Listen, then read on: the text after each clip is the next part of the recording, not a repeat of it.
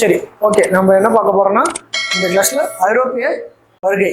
சரியா, இந்திய தேசிய இயக்கத்துல முதல் தேசிய மறுமலர்ச்சி அந்த டாபிக்ல அதை பார்க்கறதுக்கு முன்னாடி ஐரோப்பிய வருகை. சரியா, இதை பார்த்ததுக்கு அப்புறம் தான் நம்மளுக்கு தேசிய மறுமலர்ச்சி, அதுக்கப்புறம் 1947 விடுதலை எல்லாமே புரியும். சரியா, இந்த ஐரோப்பிய வருகை அது என்ன? ஐரோப்பியாங்கிறது ஒரு கண்டம். சரியா, உலகுல மொத்தம் 7 கண்டம் இருக்கு. சரியா, உலகுல மொத்தம் 7 கண்டம் இருக்கு. அதுல ஒரு கண்டம் தான் இந்த ஐரோப்பிய கண்டம். மொத்தம் என்னென்ன கண்டம் இருக்குன்னு பார்க்கலாமா? முதல்ல என்னென்ன கண்டம் இருக்குன்னு பார்த்தலாம். சரி, அதுல முதல்ல என்ன கண்டம் இருக்கு? ஆசியா, அப்புறம் ஆப்பிரிக்கா, அப்புறம் அண்டார்டிகா, அப்புறம் ஆஸ்திரேலியா, அப்புறம் south America, north America, Europe. சரியா, மொத்தம் எத்தனை கண்டம் இருக்கு? 7 கண்டம். சரியா, ஃபர்ஸ்ட் கண்டம்னா என்னன்னு கேட்டீங்கன்னா, இப்ப நம்ம இந்தியாவுல, சரியா, இந்தியாவுல மொத்தம் எத்தனை மாநிலம் இருக்கு? 28 மாநிலம், 8 யூனியன் பிரதேசம். தமிழ்நாட்டுல மொத்தம் எத்தனை மாவட்டம் இருக்கு? 38. அப்ப 38 மாவட்டம் சேர்ந்தது ஒரு மாநிலம். சரியா, அப்ப 28 மாநிலம் சேர்ந்தது ஒரு நாடு. சரியா, 28 மாநிலம் சேர்ந்தது இந்தியாங்கிற ஒரு நாடு. அந்த மாதிரி பல நாடுகள் சேர்ந்ததுதான் இந்த ஆசியாங்கிற ஒரு கண்டம். சரியா, அந்த மாதிரி பல நாடுகள் சேர்ந்ததுதான் ஆசியாங்கிற ஒரு கண்டம். சரியா, அப்ப பல கண்டம்னா எத்தனை கண்டம்? இந்த 7 கண்டம் சேர்ந்ததுதான் உலகம். சரியா, அதுல நம்ம பார்க்க போறது இந்த ஐரோப்பியர், யூரோப். சரியா, இவங்க ஏன் இங்க இருந்து இங்க வந்தாங்க ஃபர்ஸ்ட் ஆசியாவுக்கு அப்படின்னு பாத்தீங்கன்னா ரெண்டு காரணம். முதல்ல என்ன காரணம்னு கேட்டீங்கன்னா, புரியல, ஸ்பைசஸ். சரியா, நறுமண பொருட்கள். சரியா, முதல்ல 2 காரணம். முதல்ல என்ன காரணம்னு பாத்தீங்கன்னா, இந்தியா அனைத்தும் கிடைக்கக்கூடிய நாடு. சரியா, அனைத்து வளமும் இருக்கிற நாடு தான் இந்தியா. சரியா, அதுல குறிப்பா இந்த நறுமண பொருட்கள் அதிகமா கிடைக்கக்கூடிய நாடு. ரெண்டாவது இவங்க எதுக்கு வந்தாங்கன்னா, கிறிஸ்துவ மதத்தை பரப்புறதுக்காக. சரியா, ரெண்டாவது எதுக்கு வந்தாங்கன்னு பாத்தீங்கன்னா, கிறிஸ்துவ மதத்தை பரப்புறதுக்காக. சரியா, அப்பதான் அங்க இருந்து யூரோப்ல இருந்து இங்க ஆசியால கடல் வழி மூலியமா வந்தாங்க. நிலவழி மூலியமா வந்தாங்கன்னு கேட்டா இல்ல, வரல. சரியா, நிலவழி மூலியமா வரல, கடல் வழி மூலியமா தான் கடல் வழியை கண்டுபிடிச்சு வந்தாங்க. எங்க? ஐரோப்பிய கண்டத்துல இருந்து இங்க ஆசியா கண்டத்துல இருக்க எந்த நாட்டுக்கு? இந்தியாங்கிற ஒரு நாட்டுக்கு. சரியா, புரிஞ்சா? சரியா, இப்ப இவங்க வந்ததும் இங்க வந்ததும் கிழக்கிந்திய கம்பெனி, ஆங்கில கிழக்கிந்திய கம்பெனி, பிரெஞ்சு கிழக்கிந்திய கம்பெனி, டச்சு கிழக்கிந்திய கம்பெனி, டேனிஷ் கிழக்கிந்திய கம்பெனி அப்படின்னு சொல்லி ஏன் இவங்க கிழக்கிந்திய கம்பெனி பின்னாடி அந்த கிழக்கு இந்தியா அப்படிங்கிற பேரை வச்சுக்கிறாங்க? கிழக்குல இருக்கு, அதை பாத்தீங்கன்னா லொகேஷன் போட்டுக்கோங்க. சரியா, மேப் லொகேஷன் போட்டீங்கன்னா வடக்கு, தெற்கு, கிழக்கு, மேற்கு. சரியா, வடக்கு, தெற்கு, கிழக்கு, மேற்கு. சரியா, அப்ப இந்த யூரோப்ல தூக்கிட்டு அந்த லொகேஷனை வச்சீங்கன்னா, ஆசியாங்கிற கண்டம் அந்த யூரோப் அப்படிங்கிற அந்த ஐரோப்பிய கண்டத்துல இருந்து எந்த பக்கம் இருக்கு? கிழக்கு பகுதி. சரியா, அப்ப அங்க இருந்து வர ஒரு நாடும் அந்த நாட்டோட பெயரை முன்னாடியும் பின்னாடி கிழக்கிந்திய கம்பெனி. சரியா, இதுதான் அதுக்கான பெயர் காரணம். வேற ஏதாவது டவுட் இருக்கா? இல்லையா? சரி சரி, ஓகே, பார்க்கலாம்.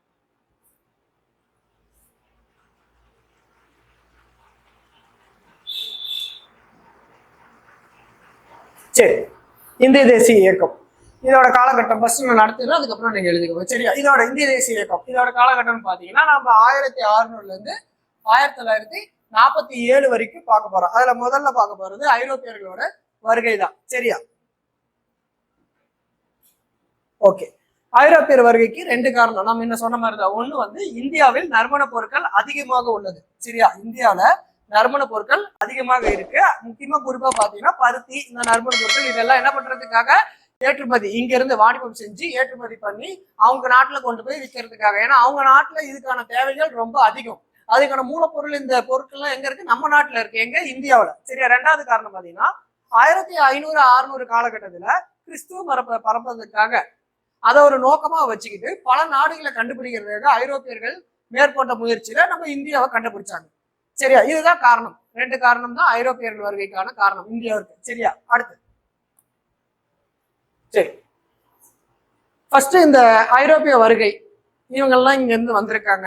இந்த காலப்பகுதியில இருந்து இந்த காலப்பகுதி வரைக்கும் இவங்க இருந்திருக்காங்க அப்படிங்கிற இந்த ஆதாரம் எல்லாம் எப்படி நம்மளுக்கு கிடைச்சிச்சு அப்படின்னு பாத்தீங்கன்னா, எப்படி நம்மளுக்கு கிடைச்சிருக்கோம்? ஐரோப்பியர்கள் வந்திருக்காங்க. ஐரோப்பியில இந்த போர்ச்சுகீசியர்கள் வந்தாங்க, பிரிட்டிஷ் வந்தாங்க, டச்சு வந்தாங்க, டேனிஷ் வந்தாங்க. அவங்க எல்லாம் எப்படி இங்க வந்தாங்க அப்படிங்கிற இந்த ஆதாரம் எப்படின்னு கிடைச்சிருக்குன்னு பாத்தீங்கன்னா, இந்திய தேசிய ஆவண காப்பகம், இந்திய தேசிய ஆவண காப்பகம்னு ஒண்ணு இருக்கு. சரியா, இதை வந்து நாம ஆரம்பிச்சது இல்லை. சரியா, பிரிட்டிஷ் ஆங்கிலேயர்களால ஆரம்பிக்கப்பட்டதுதான் இந்த இந்திய தேசிய ஆவண காப்பகம். சரியா, இது பாத்தீங்கன்னா எங்க இருக்குன்னு பாத்தீங்கன்னா டெல்லியில இருக்கு. இந்த இந்திய தேசிய ஆவண காப்பகம் எங்க இருக்கு? டெல்லியில இருக்கு. சரியா, 1991 கல்கத்தால என்ன பெயர்ல ஆரம்பிச்சாங்கன்னு பாத்தீங்கன்னா இம்பீரியல் ரெக்கார்ட் அலுவலகம். சரியா, இம்பீரியல் ரெக்கார்ட் ஆபீஸ். சரியா, என்னன்னு பேர்ல ஆரம்பிச்சாங்க? 1891 இம்பீரியல் ரெக்கார்ட் அலுவலகம் எங்க ஆரம்பிச்சாங்க? கல்கத்தால. அத பின்னால 1911 என்ன பண்றாங்கன்னா இடமாற்றம் செய்யறாங்க. எங்க இடமாற்றம் செய்யறாங்கன்னு பாத்தீங்கன்னா டெல்லிக்கு இடமாற்றம் செய்யறாங்க. எங்க இடமாற்றம் செய்யறாங்க? டெல்லிக்கு இடமாற்றம் செய்யறாங்க. அதுக்கப்புறம் 1926 இப்ப இருக்க அந்த தற்போதைய புதிய கட்டடத்துக்கு இடமாற்றம் செய்யறாங்க. சரியா, இப்ப இருக்க தற்போது அந்த புதிய கட்டடத்துக்கு என்ன பண்றாங்கன்னா இடமாற்றம் செய்யறாங்க. சரியா, அதுக்கப்புறம் சுதந்திரத்துக்கு பிறகு இந்திய தேசிய ஆவண காப்பகம் அப்படின்னு சொல்லி பெயர் மாற்றம் செய்யறாங்க. சுதந்திரத்துக்கு அப்புறம் 1947 ஆகஸ்ட் 15 சுதந்திரத்துக்கு அப்புறம் இந்திய தேசிய ஆவண காப்பகம் அப்படின்னு சொல்லி பெயர் மாற்றம் செய்யறாங்க. சரியா, இதுக்கு முன்னாடி என்ன பெயரா இருந்துச்சு? இம்பீரியல் ரெக்கார்ட் அலுவலகம். சரியா, இம்பீரியல் ரெக்கார்ட் ஆபீஸ். சரியா, 1891 கல்கத்தால ஆரம்பிச்சது. 1911 டெல்லிக்கு மாற்றாங்க. சரியா, டெல்லிக்கு மாற்றாங்க. அதுக்கப்புறம் 1926 இப்ப இருக்க தற்போது இருக்க புதிய கட்டடத்துக்கு மாத்துறாங்க அந்த அலுவலகத்தை. சரியா, அதுக்கப்புறம் சுதந்திரத்துக்கு அப்புறம் என்னன்னு பெயர் மாற்றாங்கன்னு பாத்தீங்கன்னா இந்திய தேசிய ஆவண காப்பகம் சொல்லி பெயர் மாற்றம் செய்யறாங்க. சரியா, அடுத்து இந்த ஆவண காப்பகத்தை பொதுமக்கள் பயன்பாட்டுக்கு எப்ப கொண்டு வராங்கன்னு பாத்தீங்கன்னா 1998 ஜனாதிபதி குடியரசுத் தலைவரா யார் இருக்கான்னு பாத்தீங்கன்னா KR நாராயணன். இவர் 1907 இருந்து 2002 வரைக்கும் குடியரசுத் தலைவரா இருந்தாரு. இவர் என்ன பண்றாருன்னா பொதுமக்கள் பார்வைக்காக அனுமதி கொடுக்கிறாரு. சரியா, யாரு? KR நாராயணன். எந்த வருடம்? 1998. சரியா, அப்ப இந்திய தேசிய ஆவண காப்பகத்தின் தந்தை அப்படின்னு சொல்லி ஒருத்தர் சொல்றாங்க. அவரு பேர் என்னன்னு பாத்தீங்கன்னா ஜார்ஜ் வில்லியம் ஃபாரஸ்ட். சரியா, ஜார்ஜ் வில்லியம் ஃபாரஸ்ட். சரியா, இங்க இவரோட குறிப்புகள் தான் என்ன சொல்றது அதிகமா நிறைய கிடைச்சிருக்கு. அதை எடுத்து தொகுத்து பத்திரப்படுத்தி வச்சதும் இவர் தான். சரி, அதனாலதான் இவரை என்னன்னு சொல்றாங்க? இந்திய தேசிய ஆவண காப்பகத்தின் தந்தைன்னு சொல்றாங்க. அவரோட பெயர் என்ன? George William forest. சரியா, சரி, அடுத்து இப்ப இந்திய அளவுல இந்தியா முழுக்க எல்லாத்துக்குமே ஒரு ஆவண காப்பகம் இருக்கு. அதே மாதிரி நம்ம தமிழ்நாட்டு மாநிலத்துக்கும் தமிழ்நாடுக்கும் ஒரு ஆவண காப்பகம் இருக்கு. சரியா, அதை பார்க்கலாமா? தமிழ்நாடு ஆவண காப்பகம். சரியா, இத என்னன்னு சொல்றாங்கன்னா சென்னை பதிப்பாசனம். சரியா, சென்னை பதிப்பாசனம் சொல்லி சொல்றாங்க. இது எங்க இருக்குன்னு பாத்தீங்கன்னா இப்ப இருக்க சென்னையில இருக்கு. சரியா, இங்க யாரோட குறிப்புகள் எல்லாம் இருக்குன்னு பாத்தீங்கன்னா டச்சு, டேனிஷ், பாரசீக மற்றும் மராத்திய நிர்வாக பதிவுகள் இங்க அதிகமா இருக்கு. சரியா, யாரோட குறிப்புகள்? டச்சு, பாரசீக, டேனிஷ் மற்றும் மராத்திய நிர்வாகம், இவங்களோட குறிப்புகள் அதிகமா இருக்கு. இங்க இருக்கிற குறிப்புகள்ல ரொம்ப முக்கியமானது யாருடைய குறிப்புன்னு பாத்தீங்கன்னா ஒருத்தரோட குறிப்பு. அவர் யாருன்னு பாத்தீங்கன்னா ஆனந்தரங்கம். சரியா, யாருடைய குறிப்பு? ஆனந்தரங்கம். இவர் யாருன்னு பாத்தீங்கன்னா பாண்டிச்சேரியில பிரெஞ்சோட மொழிபெயர்ப்பாளரா இருந்தாரு. மொழிபெயர்ப்பாளர்னா என்ன? டிரான்ஸ்லேட்டர். சரியா, பாண்டிச்சேரியில பிரெஞ்சோட மொழிபெயர்ப்பாளரா இருந்திருப்பாரு. யாரு? ஆனந்தரங்கன். இவருடைய குறிப்புகள்ல தான் நிறைய விஷயம் கிடைச்சிருக்கு. ஏன்னா இவரு 1736 இருந்து 1760 வரைக்கும் டெய்லி அவர் ஒரு நோட் போட்டு அன்னைக்கு நாள்ல என்னென்ன நடந்துச்சுன்னு சொல்லி எழுதி வச்சிருக்காரு. இவருடைய குறிப்புகள் தான் ரொம்ப அதிகமா இருக்கு. நிறைய விஷயம் இவரோட குறிப்புகள் தான் எடுத்திருக்காங்க. யாரு? ஆனந்தரங்கன். இவர் யாரு? பாண்டிச்சேரியோட பிரெஞ்சோட மொழிபெயர்ப்பாளரா இருந்திருக்காரு. சரியா, அடுத்து இந்த குறிப்புகள் எல்லாம் வெளிவிட்டது யாருன்னு பாத்தீங்கன்னா 1917 சென்னை நாட்குறிப்பு பதிவுகளின் பேர்ல ஒருத்தர் வெளியிட்டு இருக்காரு. யாரு வெளியிட்டு இருக்காருன்னு பாத்தீங்கன்னா டாட்வெல். யாரு வெளியிட்டு இருக்காருன்னு பாத்தீங்கன்னா இந்த குறிப்புகள் எல்லாம் வெளியே எடுத்து தொகுத்து யாரு வெளியே விட்டுருக்காருன்னு பாத்தீங்கன்னா 1917 சென்னை நாட்குறிப்பு பதிவுகள் அப்படின்னு சொல்லி வெளியிட்டு இருக்காரு. யாருன்னு பாத்தீங்கன்னா டாட்வெல். சரி, அந்த குறிப்புகள் எல்லாம் அதுக்கப்புறம் 1949 இது ஒரு சும்மா ஒரு டேட்டா மாதிரி தெரிஞ்சுக்கோங்க, ஸ்கூல் புக்ல இருக்கு. 1949 தேசிய அருங்காட்சியம் ஒண்ணு கட்டுறாங்க. அது எங்கன்னு பாத்தீங்கன்னா டெல்லி. இது ஒரு டேட்டா மாதிரி புக்ல இருக்கு. சரியா, இது வரைக்கும் புரிஞ்சுல? சரி, அடுத்து இப்ப ஐரோப்பியர்கள் வருகை. சரி, ஐரோப்பியர்கள் வருகை நம்ம ஒரு நாடா பார்க்கலாம். சரி, முதல்ல யாரு வந்தாங்கன்னு பாத்தீங்கன்னா போர்ச்சுகீஸ். சரியா, முதல்ல யாரு வந்தாங்க? போர்ச்சுகல். சரியா. அடுத்து யார் வராங்க? டச்சுக்காரர்கள், அடுத்து ஆங்கிலேயர்கள், அடுத்து டேனியர்கள். சரியா. அப்ப கடைசியா வந்த ஐரோப்பியர்கள் யாருன்னு பாத்தீங்கன்னா பிரெஞ்சுக்காரர்கள். அப்ப முதல்ல வந்த ஐரோப்பியர்கள் யாரு? போர்ச்சுகீஸ். சரியா. அப்ப கடைசியா வந்த ஐரோப்பியர்கள் யாரு? பிரெஞ்சுக்காரர்கள். சரியா. அப்ப போர்ச்சுகலுக்கு அப்புறம் யாரு வருவாங்க? டச்சு, டச்சுக்கு அப்புறம் பிரிட்டிஷ், பிரிட்டிஷ்க்கு அப்புறம் டேனிஷ், அப்புறம் பிரெஞ்சு. சரியா. அப்ப கடைசியா வந்த ஐரோப்பியர்கள் யாருன்னு கேட்டாங்க எக்ஸாம்ல? பிரெஞ்சுக்காரங்க. அப்ப முதல்ல வருகை தந்த இந்தியாவுக்கு முதல்ல வருகை தந்த ஐரோப்பிய நாடு எதுன்னு கேட்டா போர்ச்சுகல். சரியா. இந்த 5 பேரும் என்ன பண்ணாங்கன்னா இங்க வந்து வர்த்தகம் வணிகம் எல்லாம் பண்ணாங்க. ஒரு ஸ்டேஜுக்கு மேல என்ன ஆயிடுச்சுன்னா இங்க இருக்கவங்க எல்லாம் வணிகத்தை விட்டுட்டு போர்ல ஈடுபட ஆரம்பிச்சுட்டாங்க. சரியா. போர்ல ஈடுபட ஆரம்பிச்சுட்டாங்க.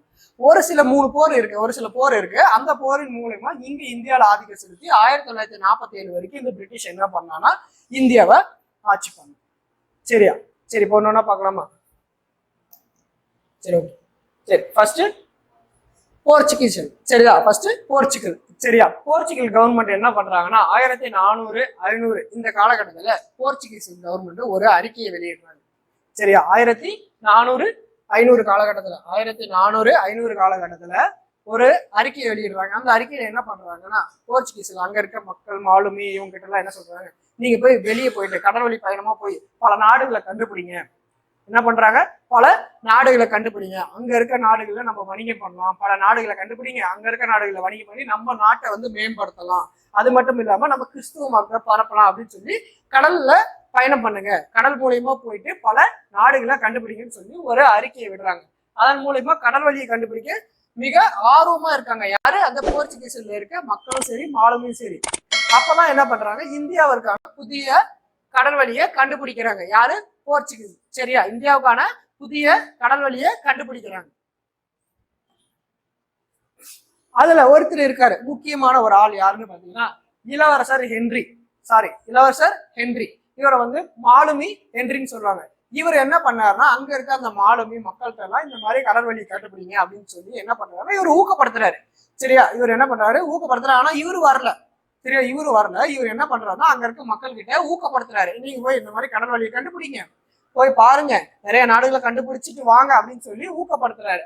அதுக்கப்புறம் இவரு வந்தாரான்னு பார்த்தா இவரு வரல. அதுக்கப்புறம் ஒருத்தர் வராரு. யாருன்னு பாத்தீங்கன்னா 1487 ஒருத்தர் போர்ச்சுகீஸ்ல இருந்து ஒரு கப்பலை எடுத்துக்கிட்டு வராரு. அவர் யாருன்னு பாத்தீங்கன்னா மாலுமி பார்த்தலோமியோ டயஸ். சரியா. மாலுமி பார்த்தலோமியோ டயஸ். எப்ப? 1487 போர்ச்சுகீஸ்ல இருந்து ஒரு கப்பலை எடுத்துட்டு வராரு. சரியா. கடல் வழியா வந்து எங்க வராருன்னு பாத்தீங்கன்னா தென்னாப்பிரிக்கா, சவுத் ஆப்பிரிக்காவோட தெற்கு முனைய வரைக்கும் வந்து அடைஞ்சிடறாரு. சரியா. அதுக்கப்புறம் அவர் என்ன பண்றாருன்னா திரும்பி போயிடுறாரு. இவரால ஏன் அதுக்கு மேல போக முடியலன்னு பாத்தீங்கன்னா அதுக்கப்புறம் ஃபுல்லாவே கடலா தான் இருக்கு. இன்னொன்னு கடல் சீற்றங்கள். சரியா. இதனால அவரால் மேல முன்னேறி போக முடியல. அதனால இவர் என்ன பண்றாருன்னா தென்னாப்பிரிக்காவோட தெற்கு முனை வரை வந்துட்டு மறுபடியும் திரும்பி போயிடுறாரு. சரியா. அப்ப பார்த்தலோமியோ டயஸ் எங்க வரைக்கும் வந்தாரு? தென்னாப்பிரிக்காவோட தெற்கு முனை வரைக்கும் வந்துட்டு என்ன பண்றாரு? திரும்பி போயிடுறாரு. சரியா. ஏன்னா நிறைய கடல் சீற்றங்கள். அதுக்கப்புறம் பார்த்தா ஃபுல்லா கண்ணு கட்டின தூரம் வரைக்கும் வெறும் கடலா தான் இருக்கு தென்னாப்பிரிக்காவோட தெற்கு முனையில இருந்து பார்த்தா. அதனால இவர் என்ன பண்றாரு? அந்த வழியை திரும்பி போயிடுறாரு. சரியா. அதுக்கப்புறம் அந்த இவர் போன வழியவே ஒருத்தர் கண்டுபிடிச்சு பின்னாடியே வராரு.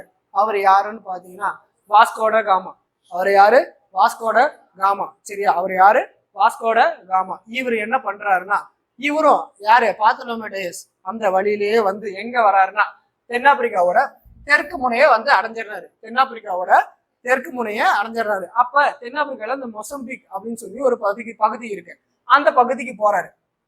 அந்த பகுதிக்கு போனதும் இந்திய மாலுமி ஒருத்தர் இருக்காரு. அந்த மாலுமியை சந்திச்சு இவர் என்ன பண்றாருன்னா அந்த மாலுமியோட உதவியோட அங்க இருந்து எங்க தென்னாப்பிரிக்காவுக்கு போயிட்டு அங்க அந்த தெற்கு முனை அடைஞ்சு அங்க இருந்து மொசம்பி அந்த பகுதிக்கு போய் அங்க ஒரு இந்திய மாலுமி இருக்காரு. அந்த மாலுமியோட உதவியின் மூலயமா இந்தியா வராரு. சரியா. எங்க இந்தியா வராருன்னு பார்த்தா கள்ளிக்கோட்டை. சரியா. கள்ளிக்கோட்டைக்கு இந்தியா வராரு. அந்த மாலுமி என்ன பண்றாருன்னா அப்படியே குஜராத்துக்கு போயிடுறாரு. சரியா. இந்தியாவுக்கு வழி காமிச்சிடறாரு வாஸ்கோட காமாக்கு. ஐயா, இதுதான் இந்தியா, நீங்க இப்படி போனீங்கன்னா உங்களுக்கு தேவையானது கிடைக்கும்னு சொல்லி வழி காமிச்சு விட்டுட்டு அந்த மாலுமி என்ன பண்றாரு? அப்படியே மேல குஜராத்துக்கு போயிடுறாரு. சரியா. நம்ம வாஸ்கோட காமா என்ன பண்றாருன்னா கல்லிக்கட்டு, சரியா, கல்லிக்கட்டு எங்க இருக்கு, கேரளால, சரியா. 1498 எங்க வராரு, கள்ளிக்கோட்டை, சரியா, கள்ளிக்கோட்டை வந்து அடைஞ்சிடறாரு. இவர் வரும்போது எத்தனை கப்பல்ல வராருன்னு பாத்தீங்கன்னா மொத்தம் 3 கப்பல்ல 170 பேரோட வராரு. யாரு, வாஸ்கோட காமா. மொத்தம் எத்தனை கப்பல்ல வராரு, 3 கப்பல்ல 170 பேரோட வராரு, சரியா. அப்ப இங்க அந்த கள்ளிக்கோட்டையில அரசரா இருந்தது யாருன்னு பாத்தீங்கன்னா, அரசர் யாரு, சாமரின், சரியா. இவர் என்ன பண்றாருன்னா வாஸ்கோட காமாவை வரவேற்கிறாரு. இவர் என்ன பண்றாருன்னா வாஸ்கோட காமாவை வரவேற்கிறாரு, சரியா. சரி, வாஸ்கோட காமாக்கு அடுத்து இன்னொரு ஆள் வராரு. அதுக்கு முன்னாடி பாத்தீங்கன்னா வாஸ்கோட காமா இங்க வந்துட்டு இவருக்கு தேவையான இங்க இருக்க நறுமண பொருட்கள், மிளகு, சரியா, நறுமண பொருட்கள், மிளகு, அப்புறம் வேற என்னென்ன பருத்தி, இதெல்லாம் என்ன பண்றாரு, தேவையானதை எடுத்துக்கிட்டு இதுக்கு ஈடாக என்ன கொடுக்குறாருன்னா தங்கம் கொடுக்குறாரு. ஏன்னா நம்ம நாட்டுல தங்கத்தோட மதிப்பு அதிகம், அதனால இங்க இருக்க பொருட்களை எடுத்துக்கிட்டு தங்கத்தை கொடுத்துட்டு இவர் கிளம்புறாரு. திரும்பி போகும்போது என்ன பண்றாருன்னா 1498 முதல்ல வருவாரு. திரும்பி போகும்போது 55 பேரோட மொத்தம் எத்தனை கப்பல் கொண்டு வந்து, 3 கப்பல்ல ஒரு கப்பல் ஃபுல்லாவே இங்க இருக்க நறுமண பொருட்கள் மற்றும் என்னது பருத்தி, இந்த மாதிரி இங்க இருக்க பொருட்களை ஏத்திக்கிட்டு போறாரு. யாரு, வாஸ்கோட காமா இந்தியா திரும்புறாரு. அப்ப முதல்ல வாஸ்கோட காமா எப்ப இந்தியா வராரு, 1498, சரியா. எத்தனை கப்பல்ல வராரு, 3 கப்பல்ல 170 பேரோட வராரு, சரி. அவருக்கு அப்புறம் அடுத்து வாஸ்கோட காமா வந்த வழியை பிடிச்சுக்கிட்டு இன்னொருத்தர் யாரு வரான்னு பாத்தீங்கன்னா பெட்ரோ அல்வாரிஸ், சரியா. பெட்ரோ அல்வாரிஸ் அப்படிங்கிறவர் என்ன பண்றாருன்னா வாஸ்கோட காமாவுடைய அந்த கப்பல் வழியை தடத்தை பிடிச்சிக்கிட்டு பின்னாடியே தொடர்ந்து அவரும் இந்தியாவுக்கு வராரு. அவரு வரும்போது எத்தனை கப்பல்ல வருவாருன்னு பாத்தீங்கன்னா ஒரு கிட்டத்தட்ட 13 கப்பல்ல ஒரு 1200 பேரோட வராரு. யாரு, பெட்ரோ அல்வாரஸ், சரியா. இவரு வந்து என்ன பண்றாருன்னா இவரும் தேவையானதெல்லாம் ஏத்திக்கிட்டு போறாங்க, சரியா. அதுக்கப்புறம் வாஸ்கோட காமா மறுபடியும் 2வது டைம் வராரு. 2வது டைம் எப்போ வராருன்னு பாத்தீங்கன்னா 1501, சரியா. அப்ப வந்து எத்தனை கப்பல்ல வராருன்னு பாத்தீங்கன்னா 20 கப்பல்ல கொச்சியில வந்து இறங்குறாரு வாஸ்கோட காமா. அதுக்கப்புறம் 3வது முறையும் வராரு. எப்ப வராருன்னு பாத்தீங்கன்னா 1524 டிசம்பர் வாக்குல, 1524 3வது முறை டிசம்பர் வாக்குல என்ன பண்றாருன்னா கொச்சின்லயே இறந்துடுறாரு. யாரு, வாஸ்கோட காமா, சரியா. இப்ப முதல்ல எப்ப வராரு, 1498, அப்புறம் 1501, அப்புறம் 1524, மொத்தம் 3 முறை வராரு. அதுல 3வது முறை 1504 டிசம்பர் வாக்குல என்ன பண்றாருன்னா கொச்சின்லயே வாஸ்கோட காமா இறந்துடுறாரு, சரியா. இதுக்கப்புறம் என்னன்னு பாத்தீங்கன்னா போர்ச்சுகீஸ் கவர்மெண்ட் என்ன பண்றாங்கன்னா ஆளுநர் அனுப்புறாங்க. ஆக்சுவலா வந்து வாஸ்கோட காமா முதல் முறை வந்தப்பயே என்ன பண்ணுவாரு, வந்து இந்த மாதிரி ஒரு இடம் இருக்கு, இந்தியான்னு ஒரு நாடு இருக்கு, கண்டுபிடிச்சுன்னு சொல்லிட்டு அங்க போவாரு, சரியா. இவர் போய் சொல்லிட்டா. இதனால போர்ச்சுகீஸ் கவர்மெண்ட் என்ன பண்றாங்க, அந்த அரசு என்ன பண்றாங்க, ஆளுநர்களை அனுப்புறாங்க.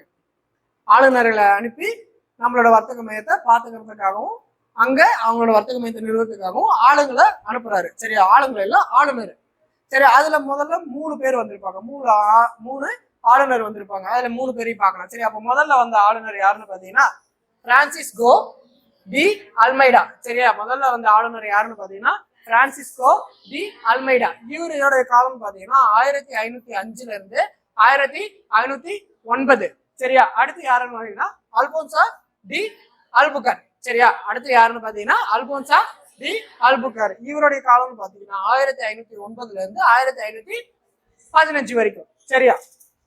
அதுக்கப்புறம் 3வதா ஒருத்தர் அனுப்பிச்சு விடுவாங்க. அது யாருன்னு பாத்தீங்கன்னா நினோடி குங்கா, சரியா. நினோடி கன்கா அப்படின்னு சொல்லுவாங்க, சரியா. இவருடைய காலம் பாத்தீங்கன்னா 1529 இருந்து 1538, சரியா. போர்ச்சுகீஸ் கவர்மெண்ட் என்ன பண்றாங்க, ஆளுநர் அனுப்புறாங்க. அதுல முதல் வந்த ஆளுநர் யாருன்னு பாத்தீங்கன்னா போர்ச்சுகீஸ் அரசால அனுப்பப்பட்ட முதல் ஆளுநர் அப்படின்னு யாருன்னு பாத்தீங்கன்னா பிரான்சிஸ்கோ டி அல்மைடா. இவர் வந்து என்ன பண்ணாரு அப்படின்னு சொல்லிட்டு பார்க்கலாம், சரியா. இந்த பிரான்சிஸ்கோ டி அல்மைடா என்ன பண்றாருன்னா போர்ச்சுகீஸோட இடத்தை இந்தியாவில நிறுவனதே இவர் தான், அந்த அடித்தளத்தை போட்டதே இவர் தான். ஆனா இவர் வந்து உண்மையான அதிகாரத்தை நிறுவிருப்பாரான்னு கேட்டா இல்ல. இவர் வந்து என்னன்னா ஒரு அடித்தளம். இப்ப நம்ம வீடு கட்டுறோம்னா என்ன பண்றோம், ஒரு கடற்கால போடுறோம்ல, அந்த மாதிரி போர்ச்சுகீஸோட இடத்தோட ஒரு அடித்தளத்தை நிறுவனதே இவர் தான். அது மட்டும் இல்லாம இந்தியால எல்லா வளமே இருக்கிற நாடு. சோ இதை வந்து நம்ம மட்டும்தான் பயன்படுத்தணும், இங்க நம்மளோட அதிகாரம் தான் இருக்கணும் அப்படின்னு சொல்லி, அதே மாதிரி கடல் வழியா தானே வராங்க, கடல் வணிகம் தானே மேற்கொள்றாங்க, சரி. அதனால என்ன பண்றாங்க, கடல்லையும் நம்ம அதிகம் தான் இருக்கணும்னு சொல்லி இவர் வந்து ஒரு கொள்கையை ரெடி பண்றாரு. சரியா, ஒரு கொள்கையை ரெடி பண்றாரு. அது என்ன கொள்கைன்னு பாத்தீங்கன்னா நீல நீர் கொள்கை. சார் என்ன நீல நீர கொள்கை அப்படின்னு பாத்தீங்கன்னா, நீல நீர் கொள்கைனா என்ன? Blue water policy. சரியா, தமிழ் சொல்லி இங்கிலீஷ் சொல்லக்கூடாது. நீல நீர் கொள்கைனா என்னன்னு கேட்டீங்கன்னா ஒண்ணும் இல்லை, கடல் நீளமா எப்படி கடல் நீளமா இருக்கும். சரியா, நீல நீர் கொள்கைனா வேற ஒண்ணும் இல்லை.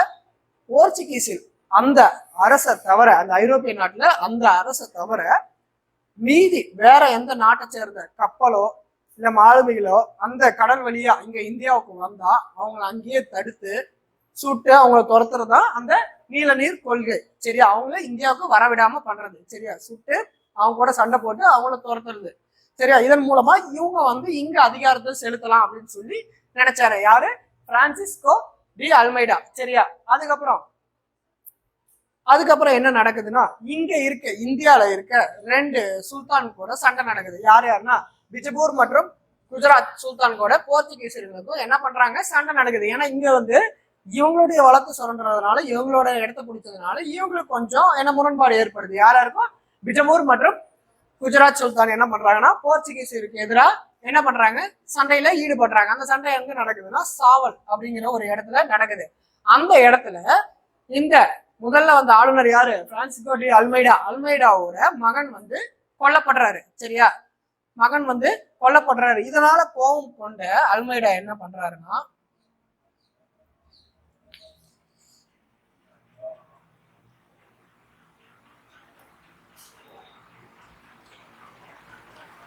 ஓகே எங்க சண்டை நடக்குது?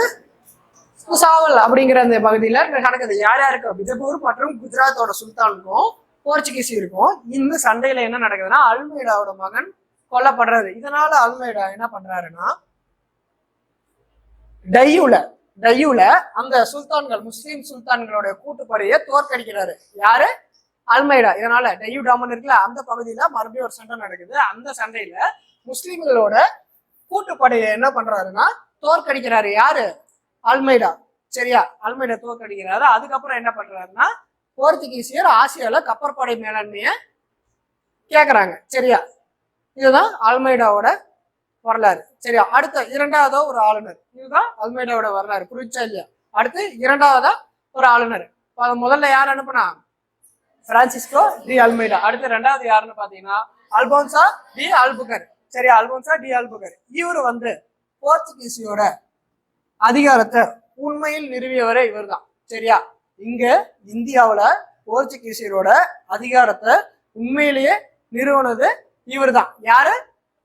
Alphonso D Albuquerque. எக்ஸாம்பிள் கேட்கலாம். சரியா, போர்ச்சுகீசியரோட ஐரோப்பிய நாட்டுல இருந்த போர்ச்சுகீசியர் நாட்டோட உண்மையான அதிகாரத்தை இந்தியாவில நிறுவனது யாருன்னு கேட்டா இந்த அல்போன்சா டி அல்புகர். சரியா, அடுத்து இவர் என்ன பண்றாருன்னா 1510 கோவாவை கைப்பற்றுறாரு. சரியா, கோவாவை கைப்பற்றுறாரு. அதுக்கப்புறம் யார்கிட்ட இருந்து கைப்பற்ற பாத்தீங்கன்னா பிஜப்பூர் சுல்தான்கிட்ட இருந்து 1510 கோவாவை கைப்பற்றுறாரு. அதுக்கப்புறம் 1515 பாரசீக வளைகுடா மற்றும் ஆர்மஸ் துறைமுக இவரோட அதிகாரத்தை என்ன பண்றாரு? விரிவாக்கம் பண்றாரு. பாரசீக வளைகுடால இருக்க ஆர்மஸ் துறைமுகம் வரைக்கும் இவரோட அதிகாரத்தை, யாரோட அதிகாரத்தை? போர்ச்சுகீஸோட அதிகாரத்தை விரிவாக்கம் பண்றாரு. அதுக்கப்புறம் இந்திய பெண்களோட, இங்க இருக்க இந்திய பெண்களோட என்ன பண்றாருன்னா திருமண உறவு. சரியா, இங்க இருக்க இந்திய பெண்களோட திருமண உறவை இவரு ஏற்படுத்துறாரு. சரியா, ஏன்னா அங்க இருந்து மக்கள் வந்து இங்க வந்து வாணிபம் செய்யறதுக்கு, அதுக்கு இங்க இருந்து இந்திய பெண்களோட திருமணம் பண்ணி இங்க நம்ம ஆட்களை நம்ம சப்போர்ட்டுக்கு வச்சுக்கலாம்னு சொல்லி இங்க இருக்க இந்திய பெண்களோட திருமண உறவு ஏற்படுத்துறாரு. அது மட்டும் இல்லாம விஜயநகர பேரரசு, அப்ப இங்க இந்தியா ஆண்டு கொண்டு இருந்த விஜயநகர பேரரசோடைய இவர் என்ன பண்றாருன்னா நட்புறவா இருக்காரு. சரியா, யாரு? விஜயநகர பேரரசோட நட்புறவா இருந்த ஆளுநர் யாருன்னு கேட்டா யாரு? Alphonso D Albuquerque. சரியா, அதே மாதிரி இந்திய பெண்களோட திருமண உறவு ஏற்படுத்துறது யாருன்னு கேட்டீங்கன்னா அல்போன்சா டி அல்புகர். இவர் என்ன பண்றாரு? கோவாவை கண்டுபிடிச்சு கோவாவை கைப்பற்றுறாரு. யார்கிட்ட இருந்து? பிஜப்பூர் சுல்தான்கிட்ட இருந்து. எப்ப? 1510. சரியா, அதுக்கப்புறம் கடைசியா போர்ச்சுகீஸோட கடைசியா ஒரு ஆளுநர். அவர் யாருன்னு பாத்தீங்கன்னா நினோடி குங்கா. சரியா, இவருடைய காலம்னு பாத்தீங்கன்னா எப்ப? 1529 இருந்து 38 வரைக்கும். சரியா, இவர் வந்து வந்தது இவர் என்ன பண்றாருன்னா நம்ம போர்ச்சுகீஸோட தலைநகரம் முதல்ல வாஸ்கோ ட காமா வந்து கொச்சியில, சரியா, கொச்சியை தலைநகரமா இருந்துச்சு. இவர் வந்தது என்ன பண்றாருன்னா கொச்சியில இருந்து என்ன பண்றாரு, தலைநகரை கோவாக்கு மாற்றாரு. யாரு? நினோடி குங்கா. சரியா, அப்ப கேட்கலாம் எக்ஸாம்ல, போர்ச்சுகீஸோட தலைநகரம் கொச்சியில இருந்து கோவாக்கு மாற்றியவர் யார் அப்படின்னு கேட்டா நினோடி குங்கா. சரியா, அப்ப கோவா கைப்பற்றினது யார் அப்படின்னு கேட்கலாம். அது யாரு? Alphonso D Albuquerque. சரியா, அப்ப விஜயநகரோட நட்புறவு கொண்டது யாருன்னு கேட்கலாம். அப்ப போர்ச்சுகீஸ் கவர்மெண்டோட உண்மையான அதிகாரத்தை இங்க நிறுவனது யாருன்னு கேட்டா அல்போன்சா டி அல்புகர். சரியா, அடுத்து என்ன நடக்குதுன்னா புகையிலை சாகுபடியை அறிமுகப்படுத்துறாங்க. சரியா, இந்தியாவிலேயே முதல்ல புகையிலை சாகுபடியை அறிமுகப்படுத்துறது யாருன்னு கேட்டீங்கன்னா போர்ச்சுகீஸ் தான். சரியா, போர்ச்சுகீஸ். சரியா, போர்ச்சுகீஸ் தான் என்ன பண்றாங்க, இந்தியாவிலேயே முதல்ல புகையிலை சாகுபடியை அறிமுகப்படுத்துறாங்க. அது மட்டும் இல்லாம ஐரோப்பியா தான் நம்ம இந்தியாவில புகையிலை சாகுபடியை அறிமுகப்படுத்துறாங்க. அதுல குறிப்பா வந்து போர்ச்சுகீஸ் தான் என்ன பண்றாங்க, புகையிலை சாகுபடியை அறிமுகப்படுத்துறாங்க. சரியா, அடுத்து வேற என்ன பண்ணாங்க அப்படின்னு கேட்டா போர்ச்சுகீஸ் கவர்மெண்ட் 1556 ஒரு அச்சுக்கூடம், சரியா, ஒரு பிரிண்டிங் பிரஸ் நிறுவுறாங்க. எங்க நிறுவுறாங்கன்னு பாத்தீங்கன்னா கோவால. எப்ப? 1556 ஒரு அச்சுக்கூடம் நிறுவுறாங்க. எங்க நிறுவாங்கன்னா கோவால. சரியா, அந்த அச்சுக்கூடத்துல ஒரு புக்கு வெளியிடுறாங்க முதல்ல. என்ன புக்குன்னு பாத்தீங்கன்னா 1563 இந்திய மருத்துவம் தாவரங்கள் அப்படின்னு சொல்லிட்டு, இந்திய மருத்துவம் தாவரங்கள் அப்படின்னு சொல்லி ஒரு புக்கு அச்சிட்டு வெளியிடுறாங்க. சரியா, அதுக்கப்புறம் 17ஆம் நூற்றாண்டு வந்துருச்சு. 17ஆம் நூற்றாண்டுல போர்ச்சுகீஸ் என்ன பண்றாங்க, டச்சு கிட்ட அவங்களோட மொத்த அதிகாரத்தை விட்டு கொடுத்துறாங்க. டச்சு உள்ள வந்தது என்ன பண்றான், போர்ச்சுகீஸ்ல தோற்கடிச்சிடறான். சரியா, டச்சு என்ன பண்றான், போர்ச்சுகீஸ்ல தோற்கடிச்சிடலாம். சரியா, அப்போ போர்ச்சுகீஸில் யாரிடம் வீழ்ந்தார்கள், டச்சு கிட்ட. சரியா, 17ஆம் நூற்றாண்டு வாக்குல என்ன பண்றாங்க, போர்ச்சுகீஸில் தோல்வி அடைச்சிடுறாங்க டச்சு கிட்ட. சரியா,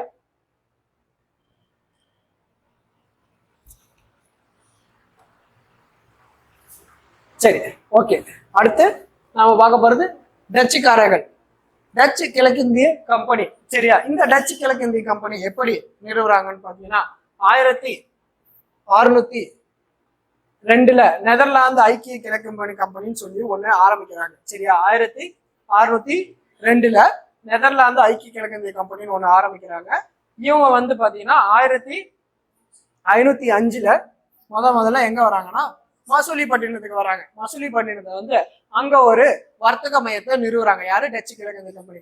அதுக்கப்புறம் பாத்தீங்கன்னா 1610 பழவேற்காடு புலிக்கட் அப்படிங்கிற இடத்துல ஒரு கோட்டையை கட்டுறாங்க. அதுதான் டச்சுக்காரங்களோட தலைநகரமா இருந்திருக்கு. சரியா, எங்க? பழவேற்காடு புலிக்கட்டு. எப்ப? 1510 1505 வராங்க. மசூலிப்பட்டினத்துல முதல் வர்த்தக மையத்தை நிறுவுறாங்க. அதுக்கப்புறம் 1610 பழவேற்காடு புலிக்கட்டு அப்படிங்கிற இடத்துல ஒரு கோட்டை கட்டுறாங்க. அதுதான் அவங்களோட தலைநகரமா இருந்துச்சு. டச்சோட தலைநகரம் எது? புலிக்கட்டு, பழவேற்காடு. அதுக்கப்புறம் 1690 தலைநகரத்தை நாகப்பட்டினத்துக்கு மாற்றுறாங்க. சரியா, யாரு? டச்சுக்காரர்கள் நாகப்பட்டினத்தையும் பிடிச்சிடுறாங்க. அங்க வந்து அங்கேயும் ஒரு கோட்டையை கட்டி தலைநகரை நாகப்பட்டினத்துக்கு மாற்ற பண்றாங்க.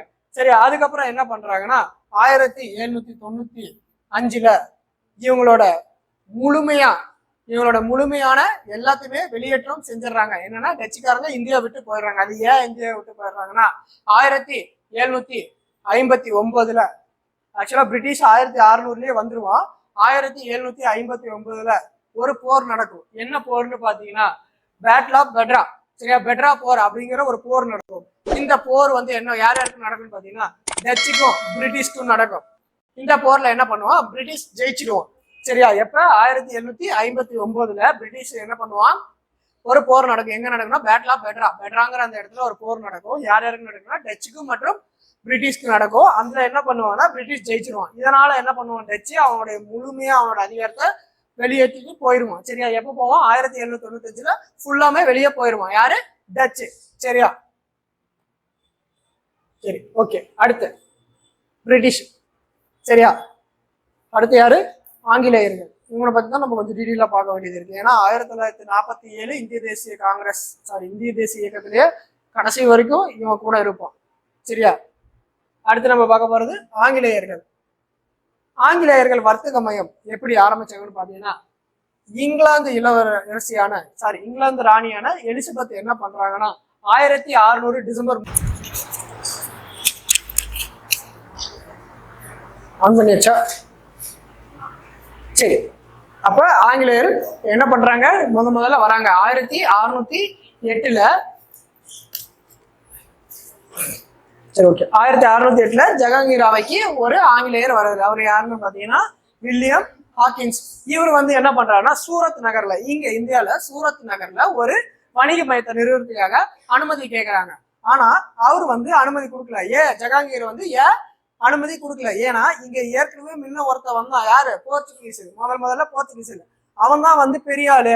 ஐரோப்பிய அந்த கண்டத்துல இருந்து வந்த நபர்களே முதல்ல வந்து போர்ச்சுகீசியல், அவன் தான் பெரிய ஆளு அப்படின்னு சொல்லி இவன் யாரு, ஜஹாங்கீர் வந்து அவருக்கு அனுமதி கொடுக்கல. ஏன்னா போர்ச்சுகீசியல் தலையீட்டுனால வந்து அனுமதி கொடுக்கல. யாருக்கு? பிரிட்டிஷ்க்கு. சரியா?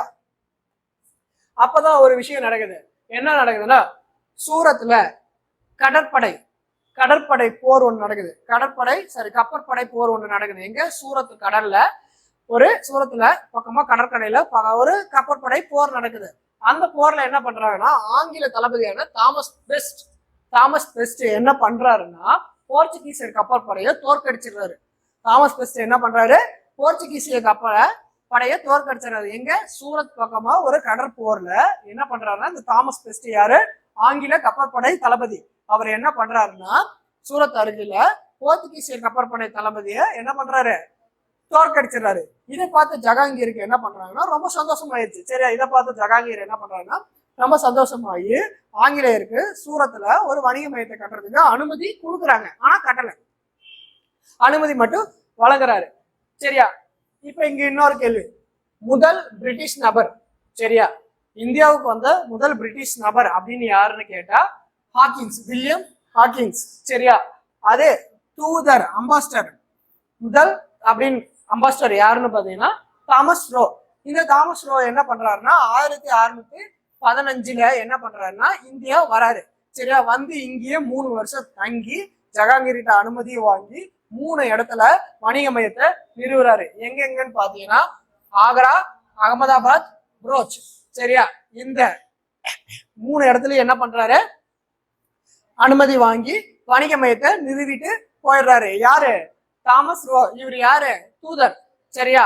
அப்ப முதல் நபர் யாருன்னு பாத்தீங்கன்னா ஹாக்கின்ஸ். சரியா? பிரிட்டிஷ்ல இருந்து இந்தியாவுக்கு வந்த முதல் நபர் வில்லியம் ஹாக்கின்ஸ்.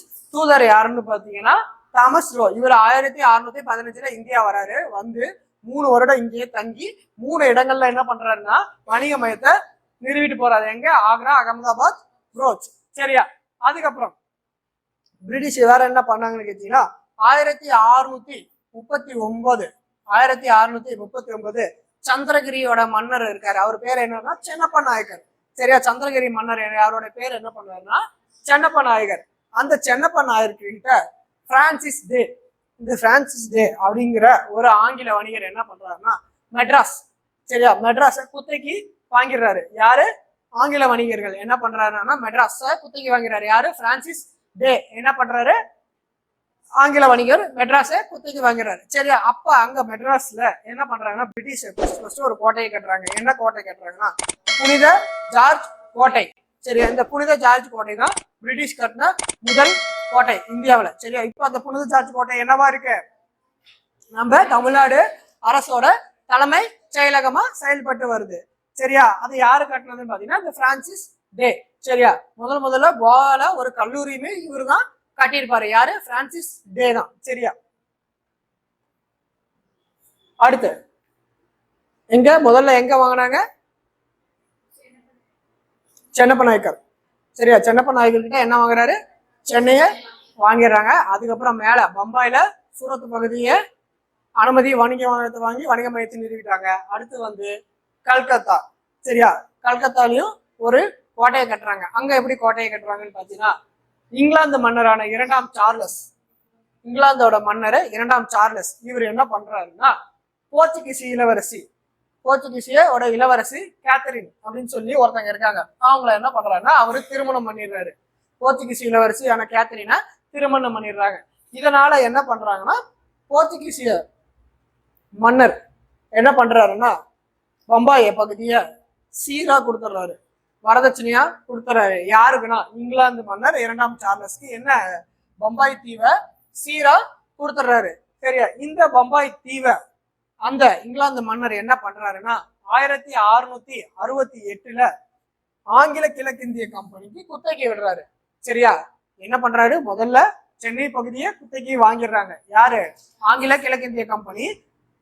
அதை சேர்ந்த ஒரு வணிகர் பிரான்ஸ் டே அப்படிங்கிறவரு சென்னப்ப நாயக்கர் கிட்ட இருந்து 1639 குத்தகை வாங்கிடுறாரு. சரியா இப்ப அடுத்து என்னன்னா பம்பாயும் குத்தகைக்கு வாங்குறாங்க. பம்பாய் யாருக்கிட்ட வாங்கினாங்க? சார்லஸ், இங்கிலாந்து மன்னரான 2ஆம் சார்லஸ் போர்ச்சுகீஸ் இளவரசியான கேத்தரினை திருமணம் பண்ணிக்கிறாங்க. அதனால அந்த போர்ச்சுகீஸ் மன்னர் என்ன பண்றாருன்னா திருமண சீரா, சரியா திருமண சீரா வரதட்சணை என்ன கொடுக்குறாங்கன்னா பம்பாய் தீவை சீரா கொடுக்குறாரு. அந்த பம்பாய் தீவை என்ன பண்றாருன்னா அந்த 2ஆம் சார்லஸ் 1668 கிழக்கிந்திய கம்பெனிக்கு குத்தகைக்கு விடுறாரு. கிழக்கிந்திய கம்பெனிக்கு குத்தகைக்கு விடுறாரு. சரியா அதை பாத்தீங்கன்னா வருடத்துக்கு 10 பவுண்டு, வருடத்துக்கு எத்தனை பவுண்டுகள்? 10 பவுண்டுக்கு குத்தகைக்கு விடுறாரு. சரியா அடுத்து 1696 ஒரு கோட்டையும் கட்டுறாங்க. எங்க அந்த கோட்டையை கட்டுறான்னு பாத்தீங்கன்னா சுதநுதி. சரியா சுதநுதிங்கிற ஒரு இடத்துல. அந்த சுதநுதிங்கிற இடம் எங்க இருக்குன்னு பாத்தீங்கன்னா நம்ம இப்ப இருக்க மேற்கு வங்காளம், சரியா வெஸ்ட் பெங்கால். சரியா அந்த கொல்கத்தால சுதநதிங்கிற ஒரு இடம் இருக்கு. சரியா சுதநதி மட்டும் இல்லாம இன்னும் ஒரு 3 இடங்கள். சரியா சுதநதின்னு மட்டும் இல்லாம இன்னும் ஒரு 3 இடங்கள். அந்த 3 இடங்கள் எல்லாம் சேர்ந்துதான் பின்னால கல்கத்தா நகரம் அப்படின்னு சொல்லி ஒரு நகரமா வளர்ச்சி பெற்றுச்சு. சரியா அந்த சுதநதிங்கிற இடத்துல ஒரு கோட்டை கட்டுறாங்க. எப்ப? 1696 அந்த கோட்டை 1700 இந்த காலகட்டத்துல வில்லியம் கோட்டை அப்படின்னு சொல்லி அழைக்கிறாங்க. அந்த வில்லியம் கோட்டை எங்க இருக்குன்னு பாத்தீங்கன்னா கல்கத்தால. சரி அப்ப புனித சார்ஜ் கோட்டை எங்க இருக்கு? சென்னையில. வில்லியம் கோட்டை எப்ப எங்க இருக்கு? கல்கத்தால. சரியா அந்த வில்லியம் கோட்டையை கட்டினது யாருன்னு பாத்தீங்கன்னா ஜாப் ஜார்னக்.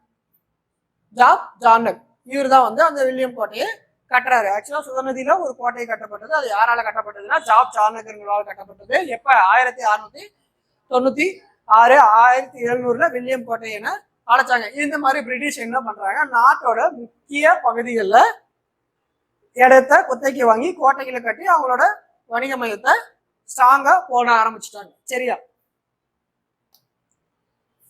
அடுத்து 2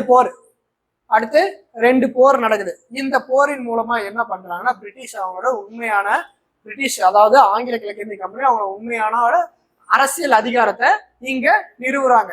சரியா அவங்களோட மேலாதிக்கத்தை இந்த 2 போரின் மூலமா தான் வந்து என்ன பண்றாங்க இந்தியாவோட நிறுவுறாங்க. அது என்ன போர்னு பாத்தீங்கன்னா 1757 பிளாசி போர், 1757 பிளாசி போர், 1764 பக்சார் போர். சரியா ஆங்கில கிழக்கிந்திய கம்பெனி ஒரு அரசியல் சக்தியாக மாறியது. இந்த 2 போருக்கு அப்புறம் தான் என்ன நடக்கும், பிரிட்டிஷ் ஆங்கில கிழக்கிந்திய கம்பெனி இந்தியாவில ஒரு வலுவான ஒரு ஆட்சி, வலுவான ஒரு அதிகாரத்தை கைப்பற்றுறாங்க. சரியா அதுக்கப்புறம் என்ன நடக்குதுன்னா 1558 இந்த ஆங்கில கிழக்கம்பெனி கீழ் இருந்த இந்தியாவை 1558 அப்புறம் என்ன பண்றாங்கன்னா இங்கிலாந்தோட அரசு, சரியா ஆங்கில அரசோட நேரடி கட்டுப்பாட்டு கீழே வந்துடும். ஏன் நேரடி கட்டுப்பாட்டுகள் கீழே வரும்னு பாத்தீங்கன்னா 1857 என்ன நடக்கும்னா பெரும்புரட்சி. சரியா 1857 என்ன நடக்கும்னா பெரும்புரட்சி. இந்த பெரும்புரட்சிக்கு முக்கியம் ஒரு காரணமா இருந்தது இந்த ஆங்கில கிழக்கிந்திய கம்பெனி தான். சரி இதனால இந்தியால நாட்டுல நிறைய பிரச்சனை, ஏகப்பட்டது பிரச்சனை ஆயிடுச்சு. அந்த பிரச்சனையில ஒரு முடிவு கொண்டு வந்துட்டு அதுக்கப்புறம் ஆங்கில கிழக்கிந்திய கீழ் இருந்த இந்தியாவை இங்கிலாந்து அரசு அதோடைய நேரடி கட்டுப்பாட்டு கீழே எடுத்துக்கிச்சு. சரியா அப்ப ஆங்கில கிழக்கிந்திய கம்பெனி எப்ப முடிவுக்கு வந்துச்சு? 1858 ஆங்கில கிழக்கிந்திய கம்பெனிங்கிறது முடிவுக்கு வந்துருச்சு. அதுக்கப்புறம் அதை கலைச்சு விட்டாங்க. அதுக்கப்புறம் 1558 பின் ஆங்கில அரசோட நேரடி கட்டுப்பாட்டுக்குள்ள கொண்டு வந்துட்டாங்க. என்னத? இந்தியாவை. சரியா அடுத்து நம்ம பார்க்க போறது டேனியர்கள். சரி இந்த டேனிஷ் பிரெஞ்சு இவங்களை பத்தி எல்லாம் பெருசா எதுவும் இருக்காது. இந்த டேனியர்கள் வந்து என்ன பண்றாங்கன்னா ஆங்கிலேயர்கிட்ட தோத்து அவங்களோட கம்பெனி என்ன பண்ணிடுவாங்கன்னா ஆங்கிலேயர்கிட்ட வித்துட்டு போயிடுவாங்க. சரியா இவங்களோட அதிகாரத்தை இங்க நிலைநாட்ட முடியல. யாரோட? டேனியர்களோட அதிகாரம். சரி அடுத்து டேனியர்கள். டென்மார்க் அரசர் 4ஆம் கிறிஸ்டியன் இவர் என்ன பண்றாருன்னா இவர் வந்து 1616 மார்ச் 17 என்ன பண்றாரு, ஒரு பட்டயத்தை வெளியிடுறாரு. எப்ப? 1616 மார்ச் 17 ஒரு பட்டயத்தை வெளியிடுறாரு. அந்த பட்டயத்துல என்ன பண்றாங்கன்னா டேனிஷ் கிழக்கிந்திய கம்பெனி அப்படின்னு சொல்லி ஒரு நிறுவனத்தை ஆரம்பிக்கிறாங்க. சரியா? எப்ப 1616 மார்ச் 17 டேனிஷ் கிழக்கிந்திய கம்பெனின்னு ஒரு கம்பெனி நிறுவுறாங்க. இந்த கம்பெனி என்ன பண்றாங்கன்னா இவங்களோட குடியேற்றத்தை இந்தியாவில 2 இடத்துல மட்டும் கட்டுறாங்க. எங்கன்னு பாத்தீங்கன்னா 1620 தரங்கம்பாடி, அது எங்க இருக்குன்னு பாத்தீங்கன்னா தமிழ்நாடு. சரியா? அதுக்கப்புறம் 1676 ஒரு கோட்டையை கட்டுறாங்க. எங்க? சரம்பூர், எங்க இருக்கு? வங்காளம். இதுதான் இவங்களோட குடியேற்றமா இருந்துச்சு. இவங்க என்ன பண்ணிட்டாங்கன்னா 1845 டேனிஷ் குடியேற்றதெல்லாம் யாருக்கிட்ட? பிரிட்டிஷ்ட வித்துட்டு போயிடுறாங்க. ஏன்னா இவங்களால எதுவுமே பெருசா பண்ண முடியல. ஏன்னா பிரிட்டிஷ் என்ன பண்றோம், ரொம்ப ஒரு வலுவான அதிகாரத்தை இங்க வச்சிருக்கான். ஸோ அதனால என்ன பண்றாங்க, 1845 டேனியர்கள் அவங்களோட குடியேற்றத்தை யாருக்கிட்ட? பிரிட்டிஷ் கிட்ட வித்துட்டு போயிடுறான். சரியா? அடுத்து இந்த டேனியர்கள்ல இந்த டென்மார்க்கோட அரசர் ஒருத்தர் அனுப்புறாரு. யாருன்னு பாத்தீங்கன்னா சீகன் பால்கு. இந்த சீகன் பால்கு என்ன பண்றாருன்னா டேனிஷ் இந்த டான்ஸ்பர்க் அப்படிங்கிற இடம் என்னது, எதை டான்ஸ்பர்க்னு அழைச்சாங்க? தரங்கம்பாடியை தான் டான்ஸ்பர்க்னு சொல்லி அழைச்சாங்க. அந்த தரங்கம்பாடியில இந்த சீகன் பால்கு என்ன பண்றாருன்னா ஒரு அச்சுக்கூடத்தை நிறுவுறாரு. அந்த அச்சுக்கூடத்துலதான் ஒரு சில புத்தகங்கள், நம்ம இந்தியாவை சேர்ந்த ஒரு சில புத்தகங்கள்லாம் அச்சேரி இருக்கும். சரியா? சரி, அடுத்து கடைசியா பிரெஞ்சு. சரியா? இந்தியாவுக்கு வந்த கடைசி ஐரோப்பியர் யாருன்னு பாத்தீங்கன்னா ஐரோப்பிய நாட்டார் பிரெஞ்சு தான். சரி, அப்ப முதல்ல வந்தது போர்ச்சுகீசியர். அப்ப இந்தியாவுக்கு வந்தது யாருன்னு பாத்தீங்கன்னா பிரெஞ்சு. சரி, அப்ப பிரெஞ்சு மன்னரான பிரான்ஸ் மன்னரான 14ஆம் லூயின் என்ன பண்றாருன்னா 14ஆம் லூயி அவருடைய அமைச்சர் ஒருத்தர் இருக்காரு. அவர் யாருன்னு பாத்தீங்கன்னா கால்பர்ட் அப்படிங்கிற அவரோட அமைச்சர். யாருடைய அமைச்சர்? மன்னர் 14ஆம் லூயியோட அமைச்சர் கால்பர்ட் அப்படிங்கிறவர் என்ன பண்றாருன்னா 1664 என்ன பண்றாருன்னா ஒரு கம்பெனி நிறுவனம் ஆரம்பிக்கிறாரு. என்னன்னா பிரெஞ்சு கிழக்கிந்திய கம்பெனின்னு சொல்லிட்டு. இந்த பிரெஞ்சு கிழக்கிந்திய கம்பெனி என்ன பண்றாங்கன்னா 1667 பிராங்காய்ஸ். சரியா? பிராங்காய்ஸ் அப்படிங்கிற தலைமையில இந்தியா வராங்க. சரியா? இவங்க இந்தியா என்ன பண்றாங்கன்னா சூரத்துல ஒரு வணிக மையத்தை நிறுவுறாங்க. முதல் வணிக மையத்தை எங்க நிறுவுறாங்க? சூரத்துல. அதுக்கப்புறம் எங்க நிறுவுறாங்க? மசூலிப்பட்டினத்துல. அதுக்கப்புறம் எங்க நிறுவுறாங்க? மசூலிப்பட்டினத்துல. அதுக்கப்புறம் 1673 என்ன பண்றாங்கன்னா பாண்டிச்சேரியை கைப்பற்றுறாங்க. யாரு? பிரெஞ்சு. அதுக்கப்புறம் என்ன நடக்கணும், பிரிட்டிஷோட ஆதிக்கத்தினால இந்த பிரெஞ்சும் பிரிட்டிஷும் போர்ல ஈடுபடுவாங்க. முதல் 3 போர் என்ன நடக்கணும், 3 கர்நாடகா போர். சரியா? அந்த போரினோட ஆதிக்கத்தினால என்ன பண்ணுவாங்க, பிரிட்டிஷ் ஜெயிச்சு மீதி எல்லாருமே இந்தியாவை விட்டு அவங்க நாட்டுக்கு குடியேற்றத்தை வெளியேற்றிடுவாங்க. யாரு? இது ஐரோப்பிய நாட்டை சேர்ந்த. சரியா? பிரிட்டிஷ் தவிர மீதி எல்லாமே என்ன பண்ணுவாங்க, வெளியேறிடுவாங்க. சரியா? புரிஞ்சா?